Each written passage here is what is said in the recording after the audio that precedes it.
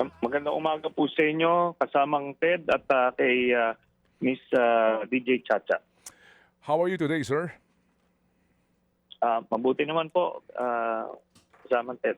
Okay. Mabuti naman po. Ito ho lamang, kahapon nga po nagtungo kayo doon sa Senate premises para po kaninyo mag-serve ng ICC warrant. Can you please tell us po paano po nangyari yon at kung mamarapatin po ninyo, yan ho ba'y pinagtanuhan talaga with the NBI? Ganito po. Unang-una, ako po ay nandoon lang sa Senado nung panahon na yon dahil nagkaroon po ng ugong-ugong over the weekend na lalabas daw si Bato de la Rosa para nga dun sa change of leadership sa Senado. So ako po, kinempohan ko na dahil may personal request siya na samahan ko daw yung mag-aaresto sa kanya. Kaya doon po ako. Ngayon, doon po sa pagpaplano ng NBI tsaka ng Senado, kaya sila po ang gumawa po noon. Yung NBI po, paano po sila pumasok sa eksena, yung NBI agents doon na nakita ho natin na nakikipaghabulan kay Senator Bato? Sila po ay may hawak na valid warrant at isa-serve po nila kay Bato de la Rosa. Kasi ito nga, so alaman na itong warrant na ito ay November pa na issue, pero ito ay isang sealed warrant.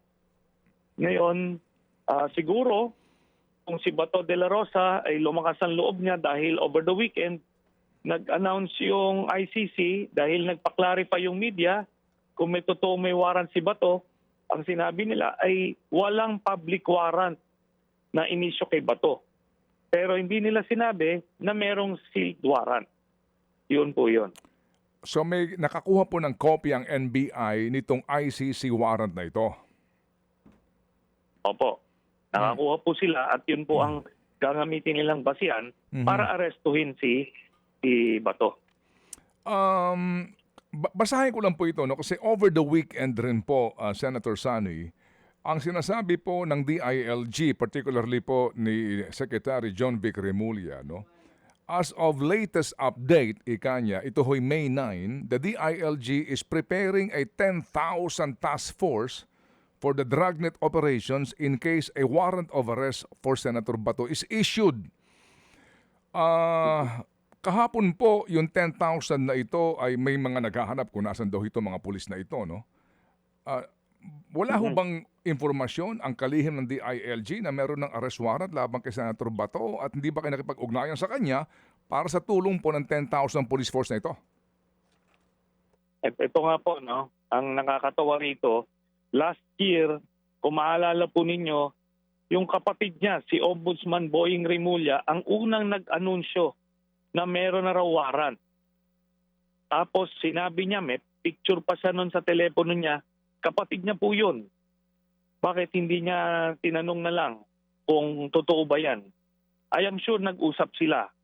Pero ako, nagdududa na ako rito kay Secretary John Vic kung kanino ba talaga kakampi ito. Kasi nung over the weekend, nung may ganyang ugong-ugong, nagmalaki siya na may 10,000 nga na pulis na nagbabantay daw, maghahanap. Sinabi nga nung kapatid niya, last year pang November, may warrant na. Bakit hindi niya pinahanap? Tapos ngayon na meron na ngang warrant at lumabas na si Bato, suddenly, hindi daw pwede i-enforce yung warrant na yun. Kanino ba kakampi talaga itong taong ito? Alam nyo, kung binawas-bawasan niya yung kape-presto niya, baka may nahuli siya . Kasi lahat po ng pugante ay malaya under Secretary John Vic. Dahil hindi naman niya ginagawa yung trabaho niya. Opo, sa puntong ito, bukas ang aming pong programa para po sa panig ng kalihim po ng DILG. Kami po ay nagtatanong lamang din ngayon kasi nga kahapon marami nga din po ang naghahanap sa tulong ng pulisya dito po sa sinasabi nga na pag-serve ng warrant na ito. Itong NBI ngayon na kahapon po ay nandoon, paano po kayo nakipag-ugnayan sa kanila? Ito ba, ano ba ang kwento ho dito? Kayo ba talaga ay pumunta roon with the NBI agents? Ano ho ba ang totoong kwento rito, Senador? Hindi po. Iba po yung ano nila, itinerary nila. Ando doon po sila na mas maaga kaysa sa akin. Incidental lang po yung presence ko doon. Kasi nga, yun nga, personal na request niya. Di baka sakali ako na lalabas nga siya at talagang papagbigyan ko yung request ni Bato de la Rosa na samahan ko yung arresting team. Ganun lang po yun. Sa ngayon po, ito na ang sitwasyon natin. Ano? Nagkaroon na po ng resolusyon granting protection sa isang senador ngayon ng 20th Congress. So sa sitwasyon na ito, ano ho ang inyong, ano po ang pwedeng gawin ng Estado o maging ng NBI to enforce the warrant? Ito pong kahapon dahil masyado mainit na yung sitwasyon at baka magkakiskisan po doon ang NBI at yung mga Senate security, nagpasya silang mag-stand down at pahupain yung sitwasyon. Pero bawal po, illegal po yung ginawa ni Senator Cayetano na nag-provide siya ng sanctuary sa isang international criminal. No? Wala pong basihan yan sa batas o sa saligang batas.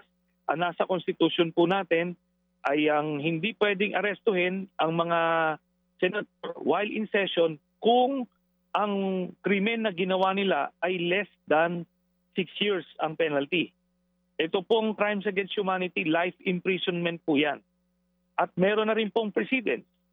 Si Senator Laila de Lima that time, base sa gawa-gawang kaso ni Digong, ay inaresto siya sa loob ng Senado. Ako rin po, nung binawi ni Duterte yung aking amnesty at yung Makati RTC nag-issue ng warrant, binasahan po ako ng Miranda rights sa loob ng Senado while in session. At sumama po ako dun sa arresting team sa PNP. Kaya wala pong proteksyon na maibibigay sa kagaya ni Bato. At mo na lang. Go ahead, sir.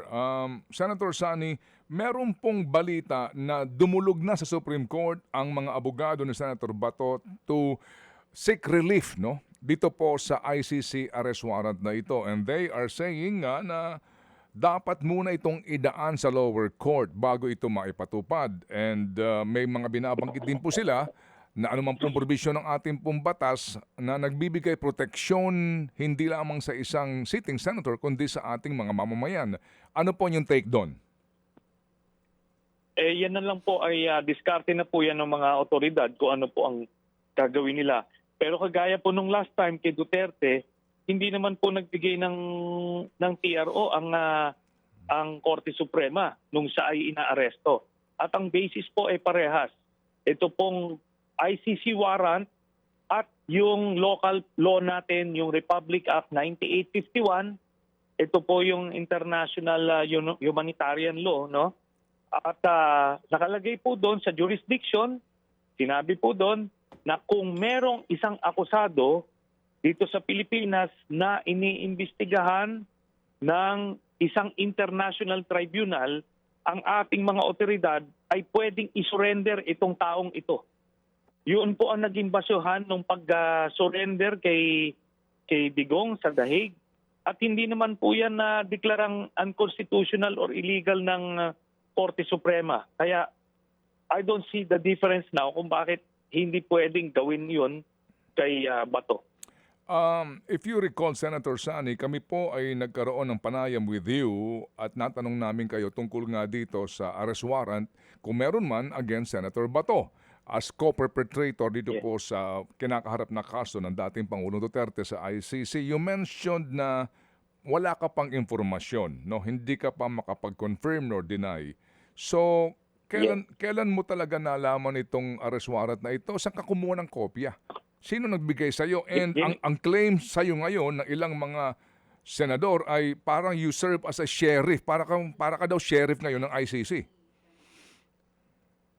Alam niyo po, simulat sa pool, sinasabi ko po ay nakikipag-ugnayan ako sa ICC since 2017.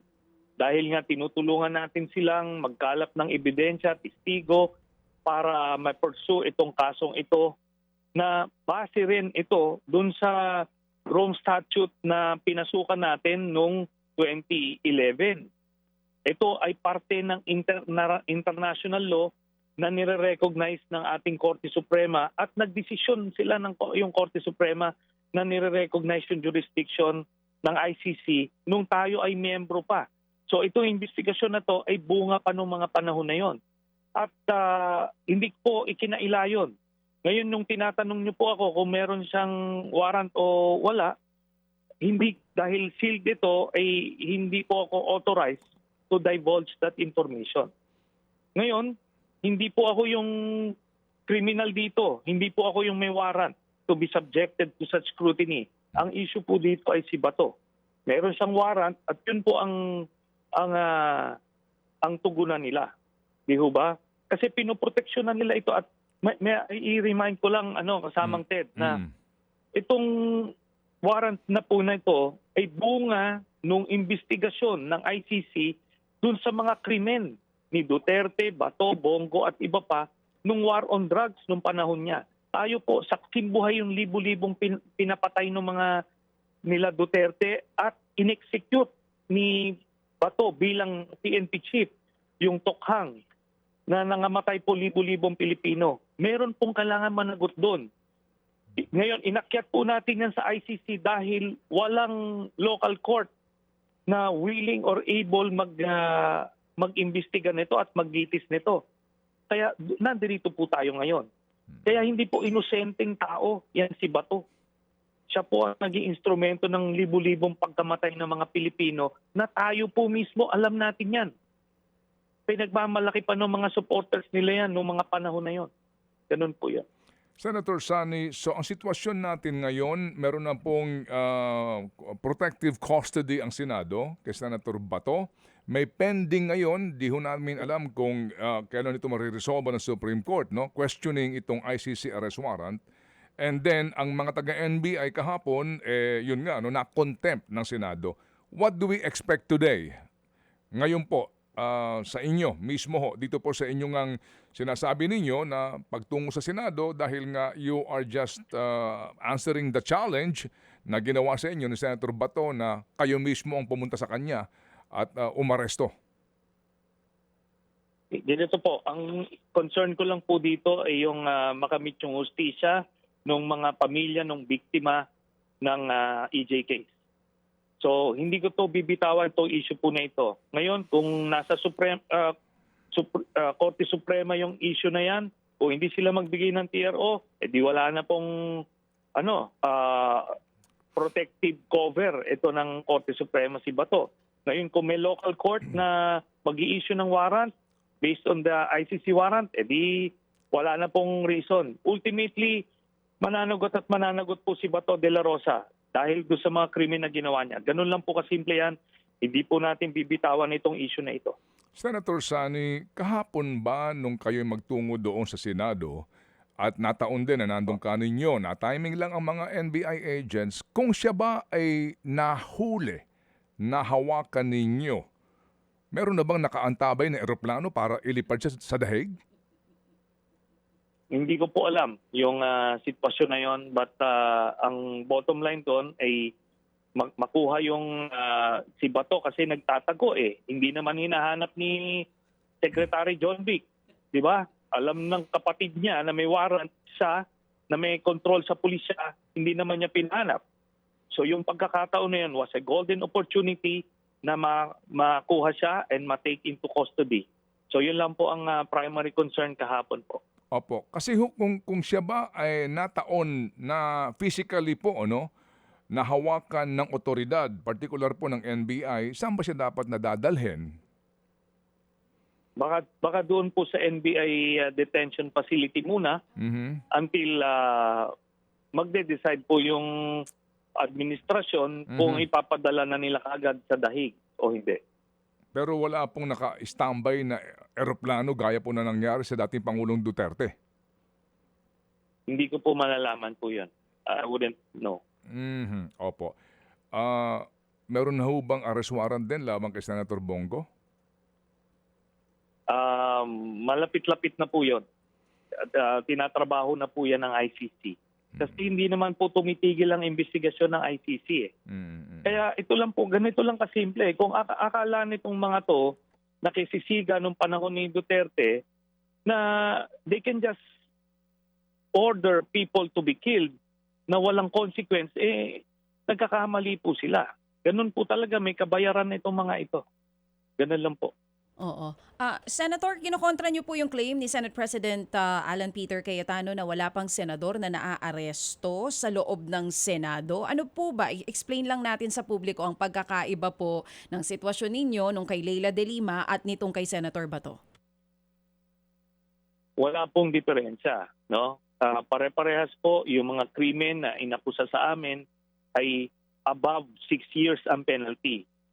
So, yung gawa-gawang kaso kay Senator de Lima, illegal drugs, na eventually na-acquit nga siya doon. Yung sa akin po, binawi yung amnesty, rebellion po yun, more than 6 years.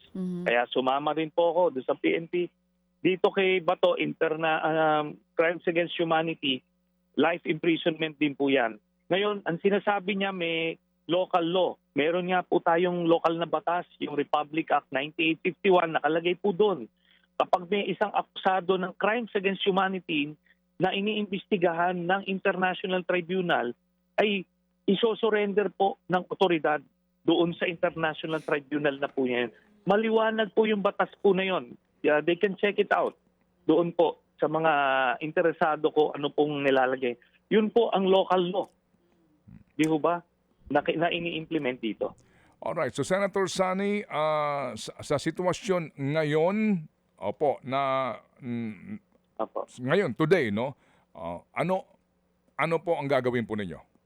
Ano po ang aming inaasahan from your end sa lahat din po ng mga nakaantabay po sa isyong ito? And sabi nga ng mga nanonood sa amin dito, ano ba otoridad ni Sani Trillanes para magdala ng warrant? Alam niyo yung mga ganong komento para lang po sa kanila pong kabatiran. Senator Sani, go ahead.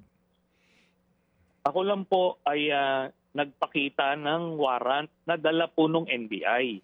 NBI po ang may hawak. Ngayon, hindi naman sila ang ini-interview ng media at ayaw naman nilang humarap. Ngayon, para lang maintindihan ng mga kababayan natin bakit nandoon yung NBI, pinakita ko po yung warrant.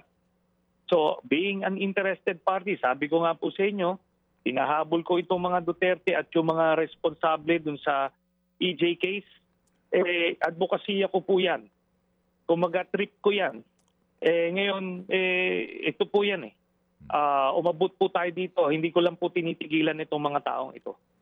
Senator Sani, salamat sa inyo pong panahon sa aming pong programa. Godspeed, sir, at muli kaming tatawag. Maraming salamat po sa inyo. Thank you. Former Senator Antonio Trillanes IV.